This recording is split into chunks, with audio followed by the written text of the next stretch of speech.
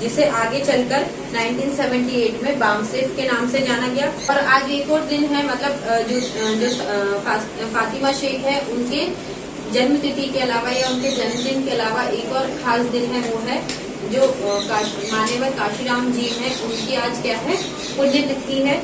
और वो एक क्या थे, राजनीतिज्ञ यानी कि एक पॉलिटिशियन थे। उसके अलावा वो एक समाज सुधारक यानी कि सोशल वर्कर भी थे।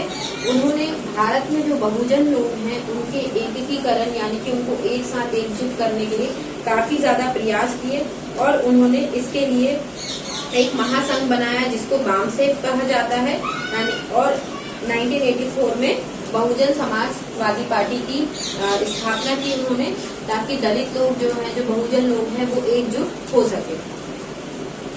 काशीराम साहब ने क्या किया था कि सरकार ने उनको सकारात्मक कार्रवाई जो हुई थी उसके तहत उनको पुणे में जो विस्फोटक अनुसंधान और विकास प्रयोगशाला थी यानी कि DRDO जो था, उसमें उन्होंने ज्वाइन किया था।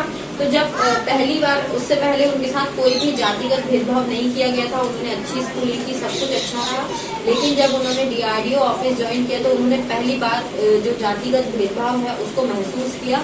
और उन्होंने देखा कि जब 14 अप्रैल आता था और डॉक्टर भीमराव अम्बेडकर साहब की जो जन्म दिवस है वो मनाने के लिए लोग छुट्टी लेते थे, तो जो छुट्टी लेते थे उनके साथ ऑफिस में क्या होता था, भेदभाव किया जाता था। लोग ऐसे मतलब उनको महसूस कराते थे कि आप दलित हो या बहुजन हो। तो इसीलिए उन्होंने पहली बार तब ऑफिस में अपने भेदभाव को महसूस किया और उन्होंने इस भेदभाव को खत्म करने के लिए 1964 में एक दलित कार्यकर्ता बनने का फैसला लिया।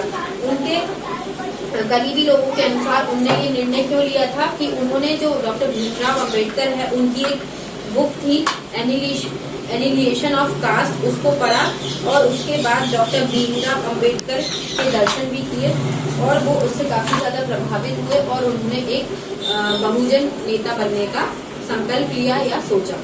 क्या किया था उन्होंने, स्टार्टिंग में उन्होंने रिपब्लिकन पार्टी ऑफ इंडिया का समर्थन किया, लेकिन बाद में उन्होंने 1971 में Akhil Bharatiya ST, SC, OBC और अल्पसंख्यक कर्मचारी संघ की स्थापना की, जिसे आगे चलकर 1978 में बामसेफ के नाम से जाना गया। ये एक ऐसा संगठन था जिसका उद्देश्य था कि जो अनुसूचित जाति के लोग हैं, जो अनुसूचित जनजाति, अन्य वर्ग एवं पिछड़ा वर्ग के लोग हैं, वो अम्बेडकरवादी सिद्धांतों का समर्थन करने के लिए राजी हो। तो ना ही एक राजनीतिक ना ही धार्मिक संस्था थी। इसका उद्देश्य केवल आंदोलन करना नहीं था, बल्कि लोगों को इकट्ठा करने का काम था, एकजुट करने का काम था। और उसके अलावा सन 1982 में उन्होंने एक बुक लिखी जिसका नाम था द चमचा युग, और इसमें उन्होंने जो दलित नेता थे जगजीवन राम और रामविलास पासवान और रामदास अठावले जैसे जो दलित नेता थे, उन्हें चमचा शब्द का इस्तेमाल किया उनके लिए। उन्होंने तर्क किया कि जो दलितों के अन्य दलों के साथ मतलब इन्होंने क्या किया, इनके जो काम थे इन नेताओं के, वो दलितों के हित में नहीं थे।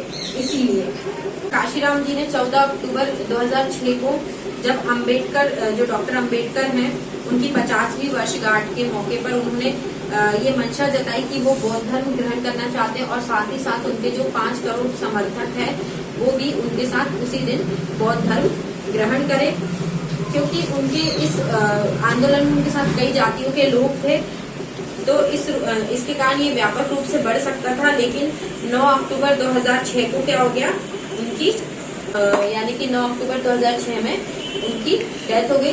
जबकि उन्होंने ये चीज कब सोची थी कि उन्होंने मतलब 2002 में ही निर्णय ले लिया था कि 2006 में 14 अक्टूबर को वो बौद्ध धर्म को अपनाएंगे, लेकिन ऐसा होने से पहले 9 अक्टूबर को ही, आज ही के दिन उनकी क्या हो गई, डेथ हो गई। तो इसीलिए आज उनका क्या है, परिनिर्वाण दिवस है। तो 9 अक्टूबर के दिन ही क्या होता है, जो भारत की पहली मुस्लिम महिला शिक्षक थी फातिमा शेख, उनका जन्म दिवस होता है, उनकी जन्म तिथि है आज ही के दिन उनका जन्म हुआ था। फातिमा शेख का क्या योगदान है समाज सुधार में, कि उन्होंने जो समाज सुधार के लिए कार्य किए गए थे, किसके द्वारा, ज्योतिबा फुले और सावित्रीबाई फुले के द्वारा जो काम किए गए थे समाज सुधार के लिए, दलितों के लिए और जो महिलाएं हैं उनकी शिक्षा के लिए, उन कामों में जो फातिमा शेख थी उन्होंने अपना योगदान दिया था और उन्होंने खुद भी महिलाओं को शिक्षित करने में योगदान दिया था। तो वो ज्योतिबा फुले एवं जो सावित्रीबाई फुले उनके साथ मिलकर उन्होंने समाज सुधार के काम किए हैं।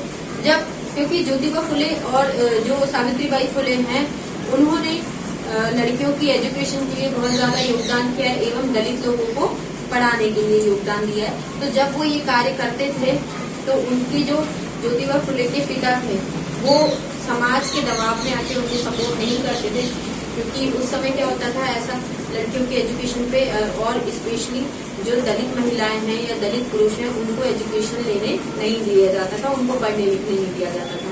तो उस समय सावित्रीबाई फुले ने क्या किया, ऐसे काम किए तो जिसमें जो फातिमा शेख थे उन्होंने भी उनका साथ दिया। कैसे दिया कि जब ज्योतिबा फुले के पिता ने उन्हें इन कामों के लिए जो कि समाज सुधार के कार्य थे उनके कारण क्या कर दिया, घर से निकाल दिया। क्योंकि क्या हो रहा था, जो समाज था, जो उनके आसपास के लोग थे वो ज्योतिबा फुले के जो पिता थे उन पर दबाव बना रहे थे कि आपके जो बेटे हैं वो इस तरीके से कार्य कर रहे हैं ना। तो उन्होंने समाज के दबाव में आके अपने जो ज्योतिबा फुले हैं और सावित्रीबाई फुले हैं उनको घर से निकाल दिया।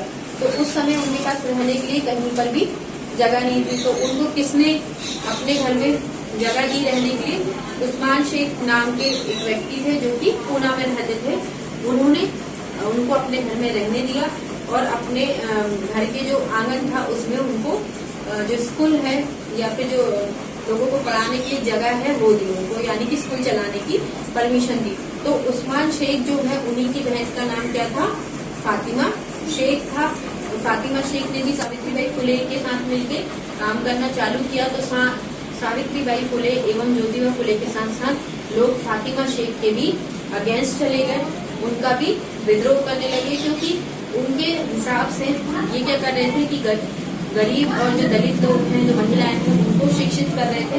क्योंकि अगर वो शिक्षित हो जाते तो उनको अपने हक पता चल, जैसा जो ऊंची जाति के लोग हैं वो होने नहीं देना चाहते थे, इसलिए वो उनको रोकते थे। लेकिन उन्होंने अपना काम चालू किया और जो पहला महिलाओं का स्कूल है उसमें उन्होंने पढ़ाना शुरू किया पुणे में।